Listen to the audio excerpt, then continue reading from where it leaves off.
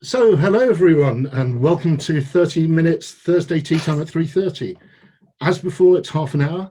We want you to have the chance to get under the skin of a company adapting to the revised reality. And this time we've got the head of innovation at Hachette, the world's third largest consumer publisher.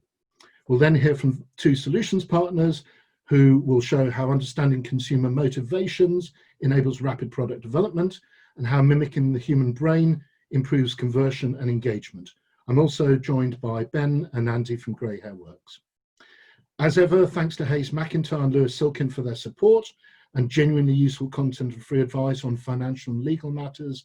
If you need to know anything else in that space, please just let us know and we'll make the relevant introductions. So, revised reality. What we wanted to talk about very quickly is take the example of PepsiCo, who are showing that they are taking a situation which most people would consider impossible for a large corporate. They are proving that if you put your mind to it, you can turn things around quickly. In their case, they launched two D2C offerings, snacks.com and pantryshop.com, not to be confused with pantyshop.com, which would get you a very different result. And they launched those two D2C sites in 30 days, fully developed in-house, where PepsiCo brought together all the disciplines from technology, insights, resourcing, and inventory to pull the program together. And what does this mean? Well, it's quite simple. Purposeful innovation in these current times of revised reality is not a nice to have, it's a business necessity. It's just become urgent, and you have to stop prevaricating and JFDI, as I believe you say.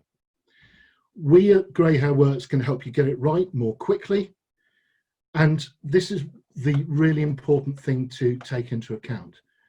Time is of the essence. Handelsblatt recently found out or did some research which demonstrated that a corporate executive today, and this is pre-COVID, needs to make 4 times as many decisions as he or she did only 20 years ago. So time is an asset which is in short supply. This is why we're testing out a new concept, and this concept is called Your Starter for 10. In effect, Starter for 10 is share your challenges with us in 10 minutes. We will give you 3 solutions from our portfolio of solutions, and there will be no vendors present. So give us 10 minutes, we will show you 3 things you should be doing as a company. To find out more, just contact us on bingo at Grey Hair Works. One company which has done an amazing job of maintaining an aggressive approach to innovation is Hachette. Hachette is both the world's 3rd largest publisher. They've got 8,000 employees, over 2.4 billion euros in revenues. Last year, they launched over 17,000 new titles, and books they publish everything from Catcher in the Rye to Asterix to Twilight to James Patterson. And I'm particularly delighted today to welcome Maja Thomas, who's the Chief Innovation Officer at Hachette Livre and also Director of Hachette Innovation Programme, and particularly grateful for her participation because she is coming live, as they say, from San Jose in the Silicon Valley, and it's 7:30 in the morning there. So Maja, thank you so much for joining in. Maja, over to you.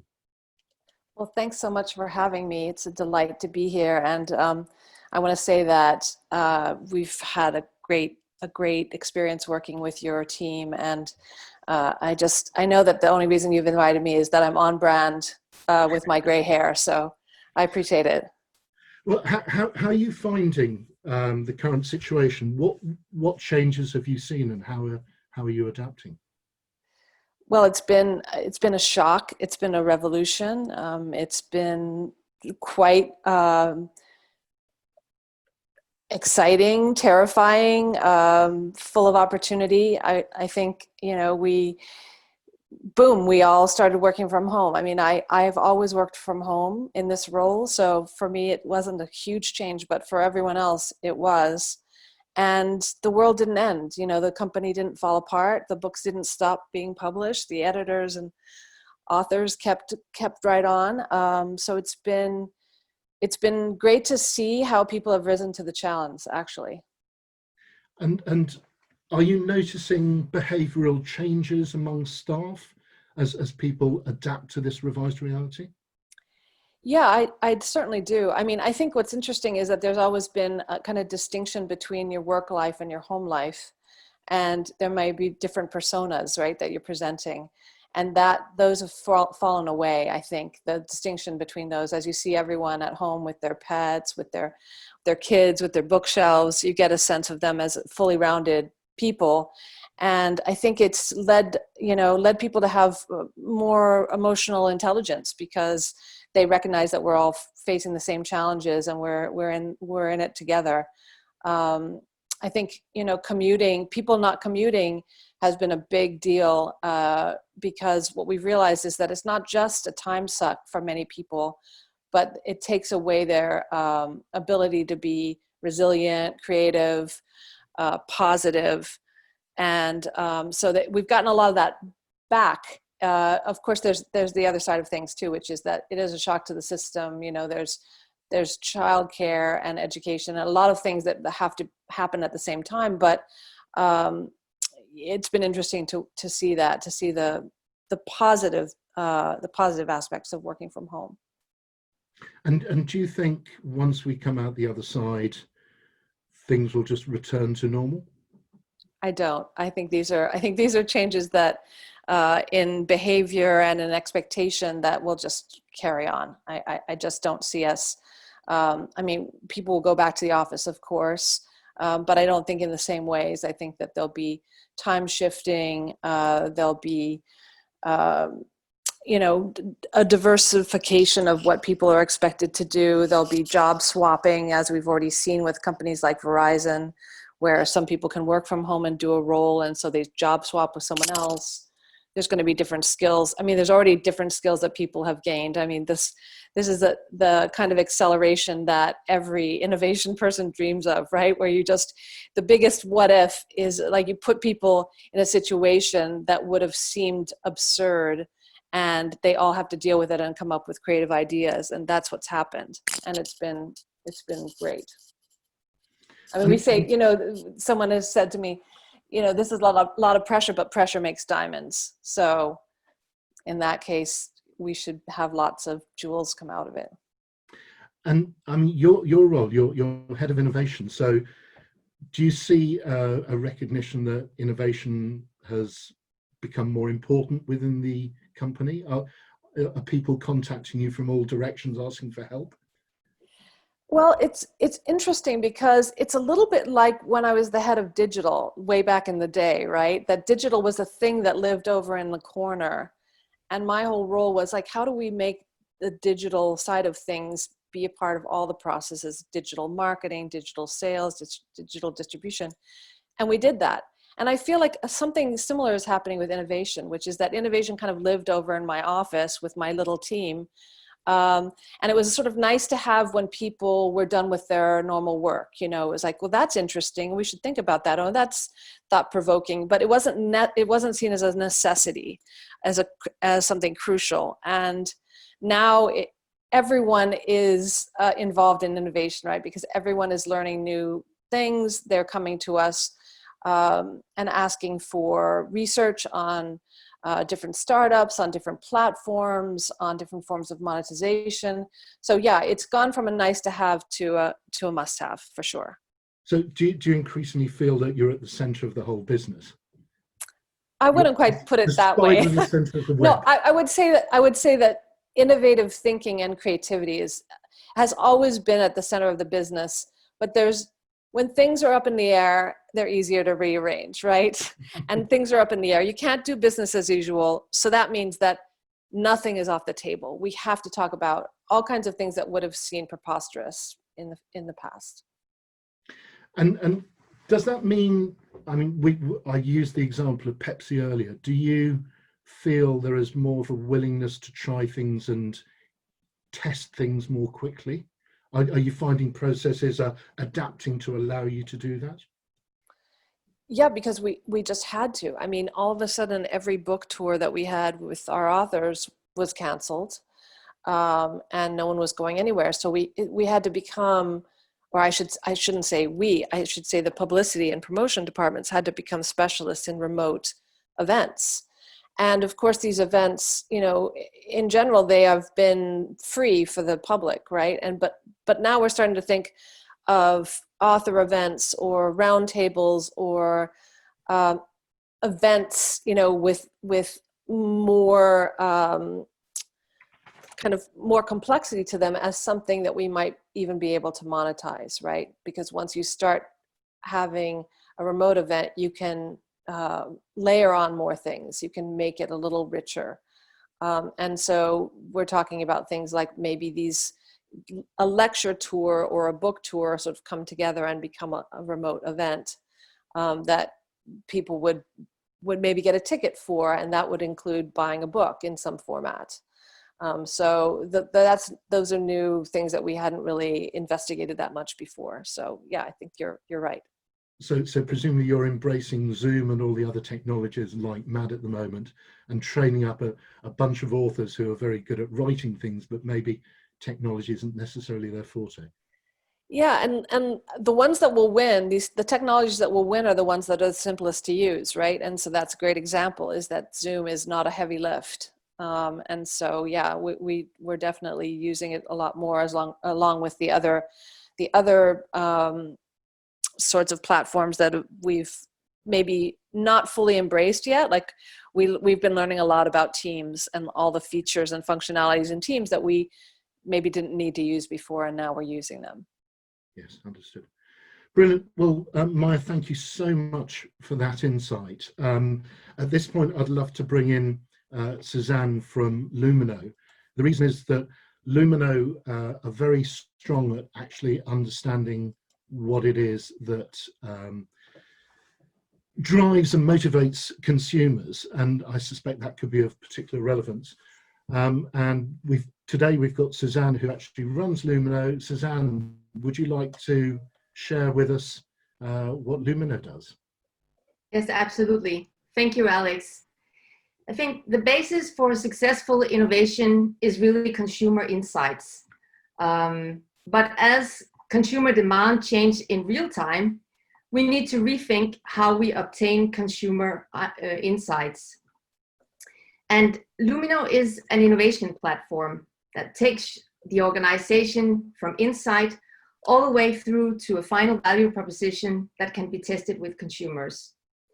What we do is we use algorithms and AI to identify consumer motivations, consumer occasions, and product experiences that enable us to uncover consumer demand spaces, the fuel for an ideation that enable the team to quickly develop the final value proposition and test it with consumers. This is a process that is completely automated, and it enables the organization to do this in a few hours versus days or months.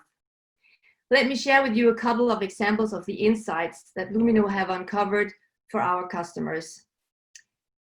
COVID-19 changed behaviors across the world, and this is an example of how COVID-19 have changed the way that consumers meet and drink a beer. And as you can see, we uncovered the same behavior across markets, and it enabled our customer to very quickly react on this and actually create a new activation. Sometimes insights prevents, or industry thinking actually prevents us from understanding real consumer behavior. In this case, the next one, Alex. In this case, Lumino uncovered a new target group, SOTL, which is Sisters of the Leaf. A demand space that actually uncovered itself here is an example of women enjoying cigars to refocus and clear their minds during the day. A very different demand space and a different consumer group that the customer here was unaware of, and is actually very different to the traditional motives that you see on the right. Pandora uncovered how jewelry helped consumers express their unique style and their personality, as you see on the right.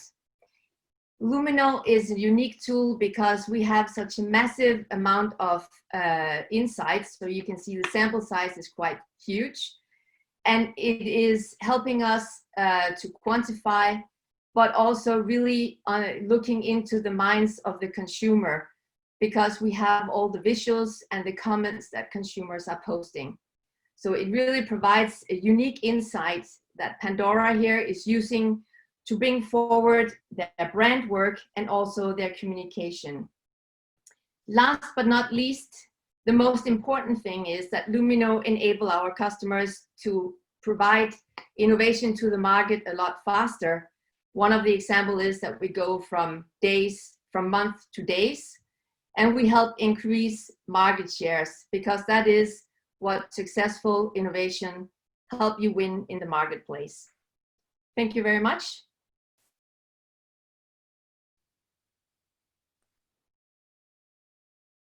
It would help if I unmuted myself. Thank you very much. I noticed Maja was perfect at unmuting herself at the right moment. Maja, any thoughts or any questions you might have based on what you just saw there?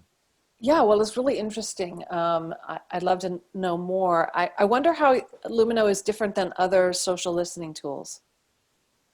I think the major difference here is that we are looking at identifying consumer motivations and occasions, and we capture that so that our customers actually have it delivered on a monthly basis so that they can track insights.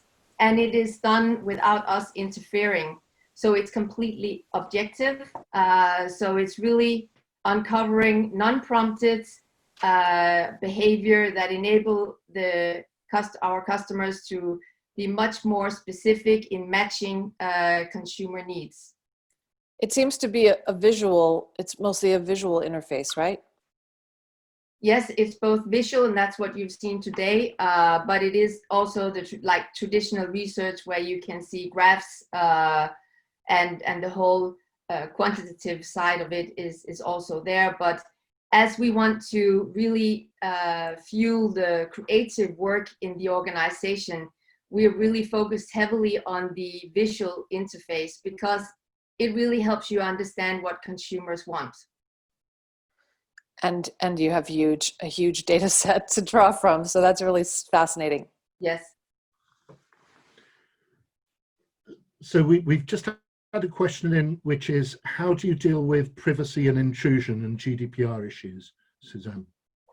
What we do is every time we load the database, it's done in real time, so it removes actually posts that have been removed by the user. So in this way, we are making sure that we stay compliant to GDPR, and there is no direct link to the user, which, for instance, in social media or social listening, you'll be able to see likes, etc.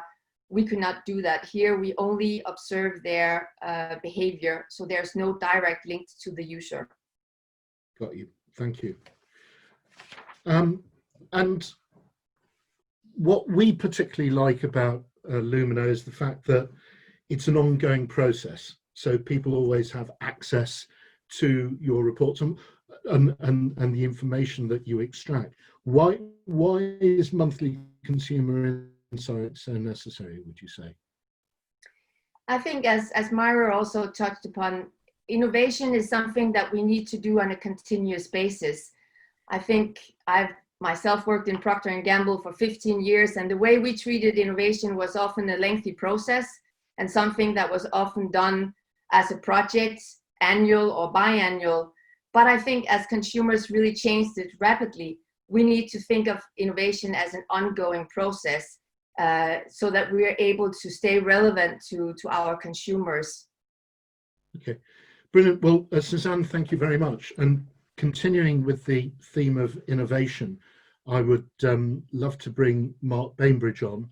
Mark runs Dragonfly, who already work with Hachette to ensure that their books stand out. Mark, over to you. Thanks very much, Alex, and good afternoon, everyone. I'm Mark Bainbridge, co-founder of Dragonfly, and in, I think, the next 360 seconds, if I'm given the the right timings, I'm going to try and convey something of how we're a positive force for good in the current context. I think Dragonfly becomes more relevant as time goes on. We disrupt the way we analyze content, creative content, to create actionable performance improvements for our brands and partners. So I want to start off with a little bit of science on a Thursday afternoon. So please pay attention. There'll be a little test afterwards. So the human brain, in essence, as we know, is probably a sophisticated biological computer, and we separate its function into a precognitive state, which is the kind of the biological bit that we have no real control over, because that's what we're doing all the time, and the top-down processing, which is our learned processing behaviors. So these are the things that we pick up over time. So Dragonfly operates exclusively in that precognitive space. And what the brain is doing as we're kind of going through the world on a day-to-day basis, it's helping us to decipher the things that are significant in the world around us. So imagine for a minute if we could kind of bottle that process, turn it into an algorithm and use it to understand how consumers see our content. If we could do that, we could principally model perfect human-ready content in everything from retail to digital. So that's what Dragonfly does. It's AI modeled on human visual attention. So we've basically taken the way that the brain functions and turned it into a piece of patented software, which sits at the center of all our AI solutions, which you can see here. So Dragonfly is a suite of analysis tools which gives us instant heat mapping and metric indexing of what we see in what order and what we see first. So we can use this on the move in our iOS version, we can use it on desktop so we can deal with heavy load. We can see it through short form video, and we're starting to do quite a lot of work with helping social influencers to ensure that their content is reaching the mark. And most excitingly for us, we're actually launching our new Google Chrome extension, and we've got a little secret offer for you right at the end of the session with me. Basically, if we move on one, Alex, it'd be great. It's low friction AI.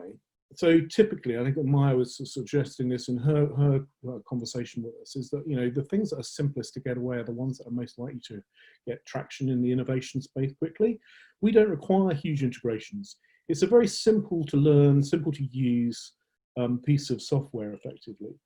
And then we use it to take out time and cost from things like human research. So imagine the complexity now of trying to bring a human panel together to analyze your content.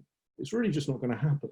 So what we can do is instantly provide precision accuracy and unbiased metrics explaining how your content is working. And we're doing this for increasing numbers of, we think really positive forward-thinking brands. Our improved content performance typically helps us to move by factors between 5 and 20% in verticals from FMCG right across to visual merchandising. And it's used iteratively in design. So it's not a case of taking a snapshot and it tells you, this is what you should do. You use it iteratively. We call it human in the loop AI. So it's helping to kind of take bias out of the decision-making process.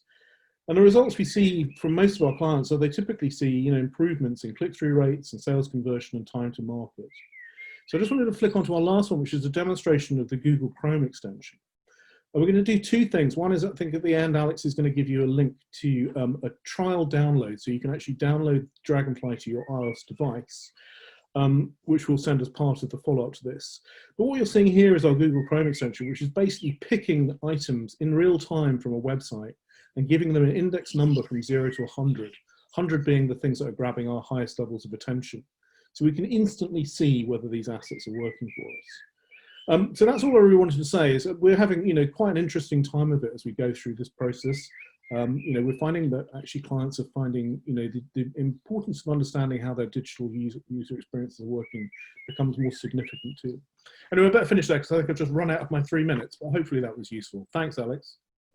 Thank you very much, Mark. And beautiful birdsong down your neck of the woods. Ah, yes, indeed. We're in the country. We haven't got them all yet. Maja, any thoughts? What was it that attracted you to Dragonfly in the first place? Well, just the fact that it's unbiased data, visual data, and so there's the old saw, don't judge a book by its cover, but in fact that's how a lot of consumers browse in the bookshop. So you better understand how your cover is being seen.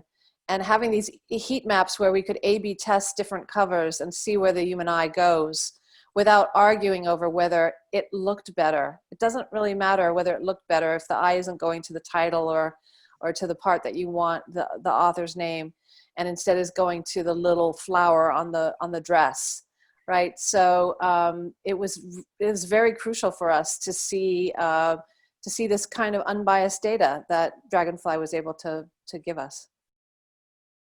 Thank you. There is a Mark. question from the audience. What challenge, Mark? What challenges do you have scaling your technology, assuming you are deployed in the cloud? We have plenty of challenges, like I think all scale-ups do, really. I mean, it's a combination of, the right investments, winning new business to help us to do it, finding really good people to work with. I suppose, we're fortuitous in the sense that we've been blessed with a reasonably mature team. We call ourselves a grown-up, not a startup, because we're all over 50. So we certainly qualify for grey hair work support. But the reality is, what we do is we're just trying to make our way through this, being pragmatic about the challenges that we're all operating within, but being as helpful as possible. And we found that by putting an arm around our kind of partners, in their most difficult times and helping them to solve problems, it's really worked for us. So fingers crossed we're doing okay. Our chairman tells us we've done better this year than we did last, which, given the circumstances, is we think pretty good so far. But we're never complacent, and our roadmap is on an endless journey. So we've got lots to do. Thank you. Mark, I'm going to put you on the spot a little bit here. When you get the insights out of Dragonfly, what's a typical type of action that you then take that then improves the result that you're looking for? Thanks, Ben. Yeah, and thanks for putting me on the spot. I appreciate that one. So the actions are not typical. The reality is everyone kind of looks at their assets in slightly different ways. So what we do is we train the capability of understanding what you're seeing into the teams that actually use it. So over time, you kind of gather more confidence about what you're looking at and what decisions you should make. So it is human in the loop. It's not something that's going to replace people, which normally makes people feel a bit easier about using AI. It's not going to kind of cause difficulties in terms of how you manage your staffing pot. But what it will do, it will bring a kind of an objectivity. Much like I think as we look at the kind of the old creative process, which would always typically kind of create here are 3 solutions with 1 recommendation. Now, rather than me saying I like green and you saying I like blue, and we argue endlessly about it, Ben, the machine will tell us what works best.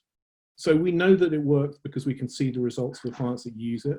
So the thing that we do best, I think, is helping people to understand how they can activate it in their own space, using their own metrics and sliding it in alongside those. Brilliant. Mark, thank you very much. Now, if anyone does want a free trial of the Dragonfly AI on iOS, just drop us a line, either at our normal email addresses or bingo@greyhairworks, or get in touch with Mark. There is a secret code word you have to use, which is Tempus Fugit, unless you don't speak Latin, in which case come up with something a bit like that, and we will give you the necessary tools you need to try it out for free. Our allotted time is near as damn it up. I really wanted to thank both all of you for attending. Obviously Maja, who's shown that digital formats are adopted more willingly during a crisis. You shouldn't judge a book by its cover, and when everything is up in the air, things are easier to rearrange. And then we've heard from Suzanne at Lumino how the solution works as an enabler in organizations, helping them to connect consumer data with creative work, which dramatically enhances agility. And even more importantly than all that, because that's grown up stuff, for the first time I've learned about Sisters of the Leaf. So if you fancy smoking a large cigar, get in touch with Suzanne and she'll point you in the right direction. And then finally, we heard from Mark about how replicating the human brain allows you to evaluate any content or creative in real time, but in a formal way, and typically delivering engagement increases and conversion increases of 5 to 20%. In a fortnight's time, on June the 4th at 3:30, unless you're abroad and then it's not, we have the head of digital transformation speaking from Henkel and 2 solutions partners. If you want to speak to us, please do, bingo@greyhairworks. Thanks as ever to our friends at Lewis Silkin and Hayes McIntyre, and look forward to catching up with you in 2 weeks' time. If you want to participate in our Starter for 10, where you give us 10 minutes and we will show you 3 different solutions which will help your business, let us know. We're delighted to help. Otherwise, thank you very much for joining in.